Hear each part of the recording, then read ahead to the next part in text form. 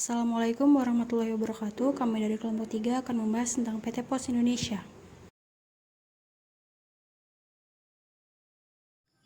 Saya akan membahas tentang visi dan misi PT Pos Indonesia.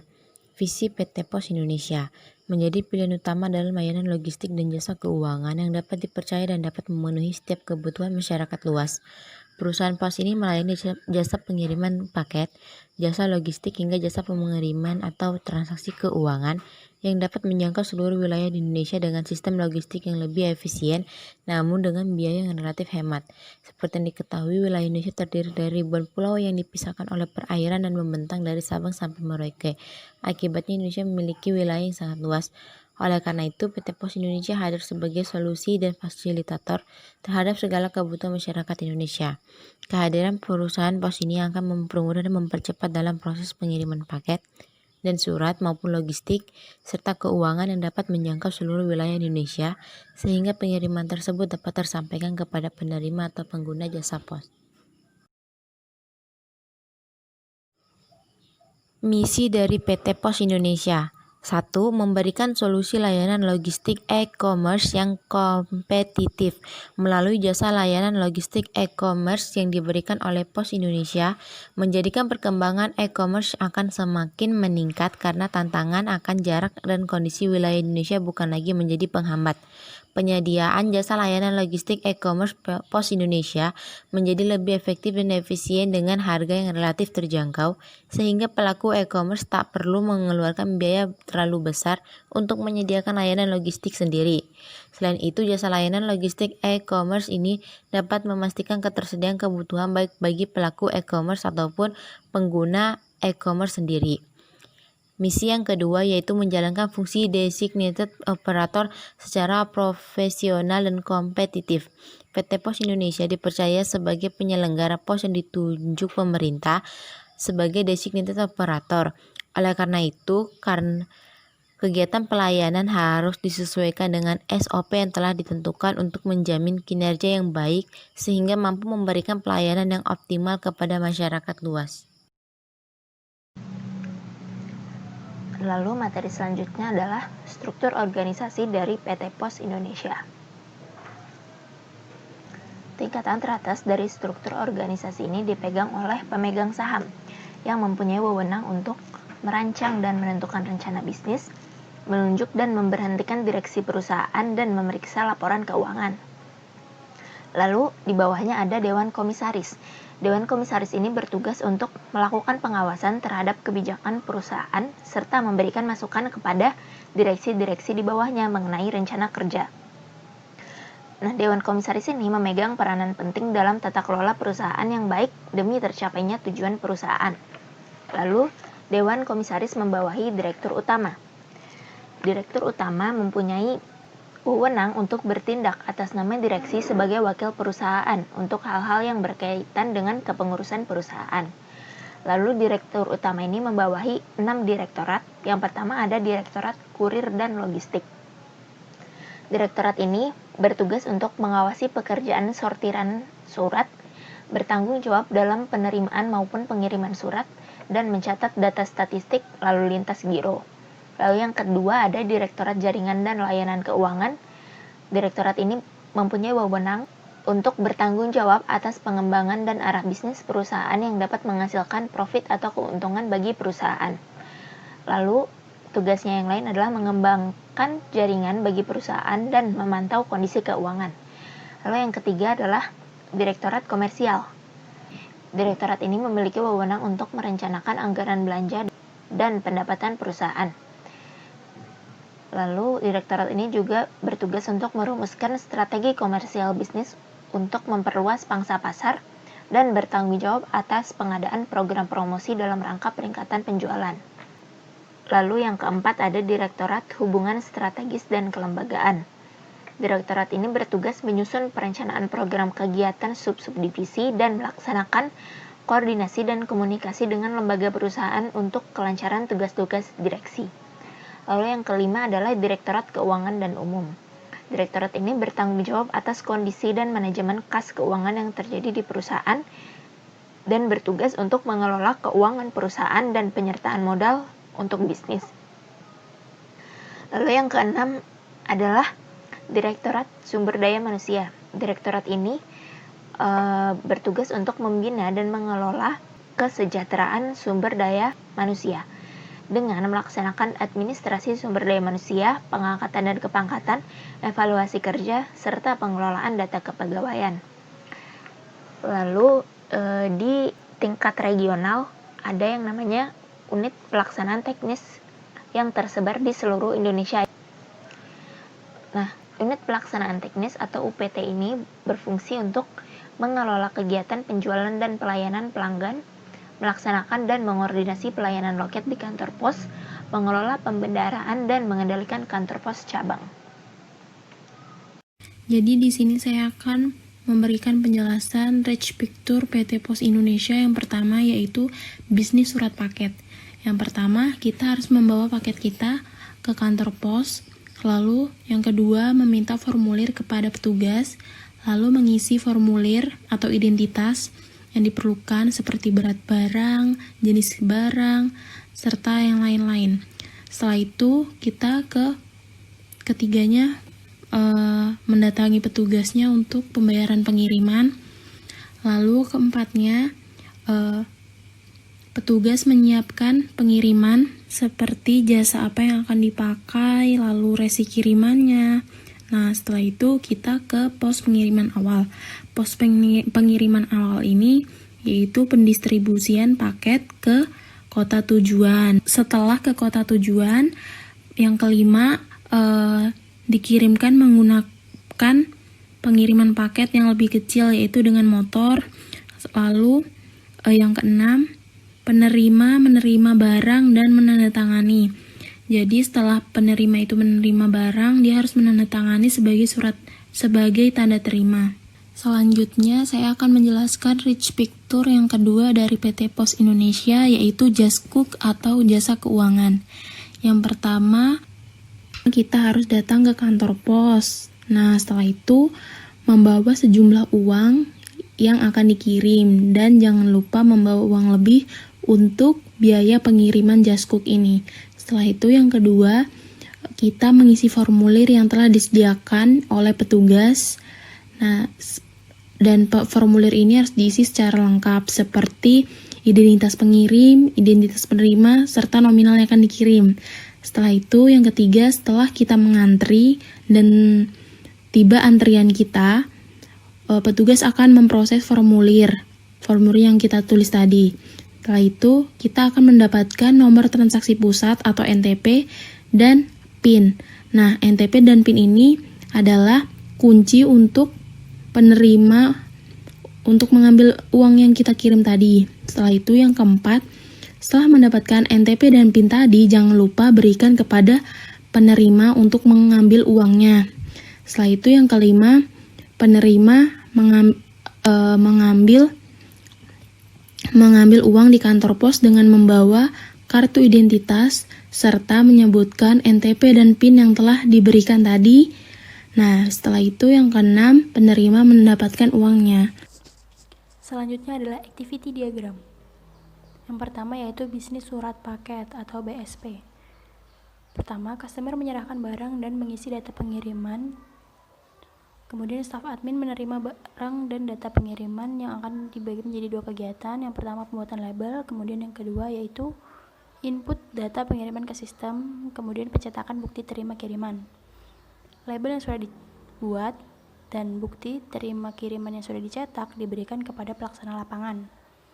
Pelaksana lapangan melakukan pengantungan dan pelabelan pada barang yang akan dikirimkan. Kemudian barang dikirim ke wilayah tujuan. Selanjutnya pengiriman barang ke lokasi tujuan. Saat barang sudah sampai di lokasi tujuan, apakah penerima ada atau tidak? Jika penerima ada, maka penerima barang menerima barang kiriman dan menandatangani bukti pengiriman. Kemudian staf admin akan mengupdate status barang telah diterima. Namun jika penerima tidak ada, maka barang akan diserahkan ke kantor pos terdekat. Yang kedua yaitu jasa keuangan. Pertama, customer menyerahkan uang yang akan dikirim dan mengisi data pengiriman. Kemudian staf admin menerima uang dan data pengiriman yang akan dimasukkan ke dalam sistem. Kemudian terbagi menjadi 2 kegiatan, yaitu pencetakan bukti terima kiriman yang akan diberikan kepada pengirim barang untuk diinformasikan kepada penerima barang untuk mengambil uang di kantor pos tujuan. Kegiatan kedua adalah menyerahkan uang kepada pelaksana lapangan. Uang yang akan dikirim diantar ke lokasi tujuan hingga sampai di kantor pos terdekat dari lokasi tujuan. Uang yang sudah sampai harus diambil sendiri oleh penerima dengan NTP dan PIN yang telah diinformasikan kepada pengirim. Kemudian staf admin akan mengupdate informasi uang telah diterima oleh tujuan. Selanjutnya adalah arsitektur sistem dan arsitektur TI pada PT Pos Indonesia. Yang kita ketahui, arsitektur sistem itu untuk menyatakan bagaimana mendefinisikan komponen-komponen yang lebih spesifik secara teratur. Adapun aplikasi yang digunakan dalam PT Pos yaitu sistem elektronik bisnis.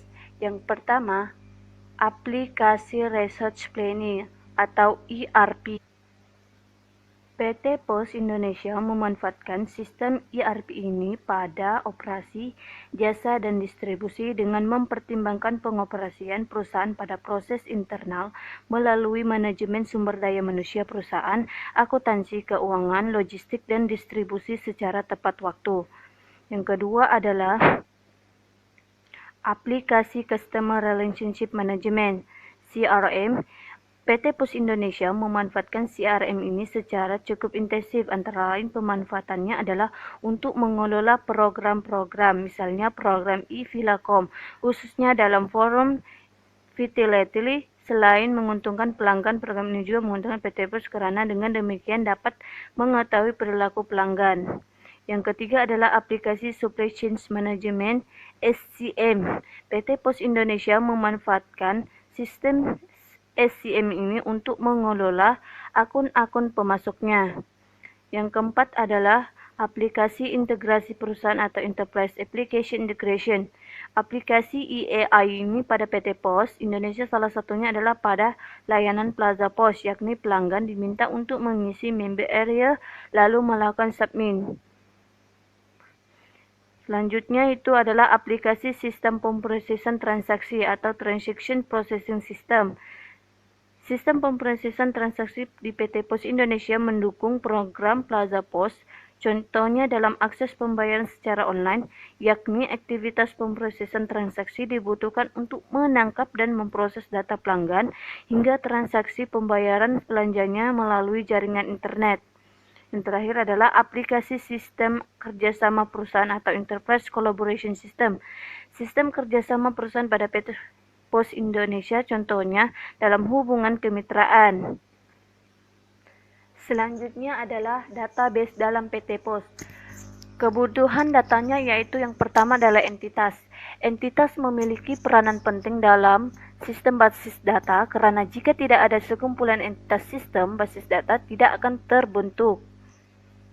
Berikutnya adalah entitasnya, misalnya adalah user, antaran distribusi, dan surat pos.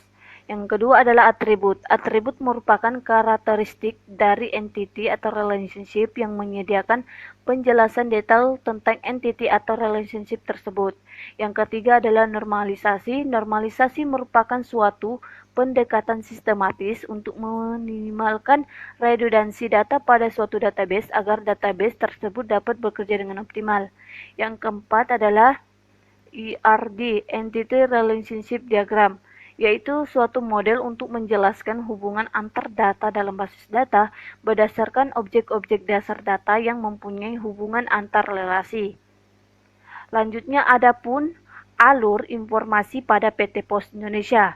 Dari alur yang kita lihat itu bahwa rekap transaksi dan pengiriman resi dapat dilakukan secara langsung oleh kantor pusat. sehingga tidak diperlukan lagi tenaga pengiriman software secara manual. Selanjutnya akan disampaikan oleh Saudari Suryananda Oktaviani tentang arsitektur TI pada PT Pos Indonesia. Kemudian pada PT Pos Indonesia terdapat arsitektur IT-nya juga, terdiri dari topologi jaringan, yang mana topologi jaringan ini menggunakan jenis topologi Star Extended, di mana komputer server bertugas menyimpan data dan mengawasi seluruh komputer klien. Nah, untuk membangun sebuah jaringan, pasti sangat membutuhkan yang namanya internet. Selain itu, membutuhkan modem. Modem yang digunakan oleh PT Pos Indonesia ini untuk membangun sebuah jaringan yaitu modem eksternal. Modem sendiri berfungsi sebagai alat komunikasi dua arah sehingga jaringan internet dapat diterima perangkat komputer atau mobile dengan baik. Kemudian pada topologi jaringan ini terdiri dari router dan switch. Router ini dihubungkan oleh ke modem. Router sendiri berfungsi sebagai penghubung untuk beberapa jaringan sehingga user dapat mengirimkan paket data dari suatu jaringan ke jaringan lainnya. Kemudian ada switch ini akan dihubungkan oleh router. Switch sendiri berfungsi sebagai penghubung ke antara beberapa perangkat pada jaringan komputer seperti modem, komputer, router, dan lain-lain. Kemudian selain itu, pada jaringan PT Pos Indonesia terdapat server. Server yang digunakan yaitu terdiri dari dua, server 1 dan server 2. Server sendiri berfungsi sebagai tempat penyimpanan data atau informasi yang berfungsi untuk memberikan layanan atau servis kepada klien yang terhubung dengannya. Selain itu, terdiri dari access point. Nah, access point ini berfungsi sebagai perangkat keras yang digunakan dalam jaringan area lokal untuk mengirimkan atau menerima data. Masing-masing pada switch di jaringan PT Pos Indonesia mempunyai access points. Switch pada topologi jaringan di PT Pos Indonesia terdiri dari 3. Switch pertama, switch kedua, switch ketiga. Switch pertama menghubungkan antara switch kedua dan switch ketiga. Kemudian masing-masing switch ini terdapat client dan printer. Kemudian pada arsitektur IT pada PT Pos Indonesia terdapat teknologinya yang dipakai. Yang pertama yaitu perangkat keras atau hardware, kedua perangkat lunak atau software. Perangkat keras atau hardware yang dipakai oleh PT Pos Indonesia, pertama servernya. Servernya terdiri dari monitor, CPU, prosesor, RAM, hard disk, dan Ethernet card. Yang kedua yaitu workstation atau data entry, administrasi, supervisor, dan informasi. Workstation ini adalah komputer yang terhubung dengan komputer server, yang mana terdiri dari monitor, CPU, prosesor, RAM, hard disk, dan Ethernet card. Yang ketiga yaitu register locket. Alatnya terdiri dari monitor, CPU, prosesor, RAM, hard disk, dan Ethernet card. Kemudian yang keempat perangkat kerasnya yaitu modem. Nah, jenis modemnya yang digunakan adalah jenis eksternal. Kemudian perangkat keras yang kelima ada switch. Switch yang dipakai terdiri dari 3 switch yang digunakan yaitu 2 unit switch yang berjumlah 48 port switch D-Link dan 1 unit switch yang berjumlah 24 switch D-Link. Yang keenam perangkat kerasnya adalah media transmisi. Menggunakan tabel jenis fast Ethernet digunakan untuk jaringan switch ke klien dan menggunakan kabel jenis Gigabit Ethernet digunakan untuk jaringan yang lebih besar. Perangkat keras yang ketujuh yaitu printer. Kemudian perangkat keras yang kedelapan adalah scanner. Nah, menggunakan scanner data logic atau jenis tembak dan scanner simbolik atau jenis tembak juga. Kemudian yang teknologi perangkat lunaknya atau softwarenya, servernya menggunakan Microsoft Windows. Yang kedua perangkat lunaknya workstation, yang mana data entry-nya menggunakan program aplikasi Excel. Kemudian informasinya menggunakan Visual Basic 6. Yang ketiga administrasinya yaitu program aplikasi SAC atau Administration Center Counter System yang mana menggunakan Visual Basic SIG juga. Sekian dan terima kasih atas presentasi dari kelompok kami, kurang lebihnya mohon maaf. Demikian akhir presentasi. Wassalamualaikum warahmatullahi wabarakatuh.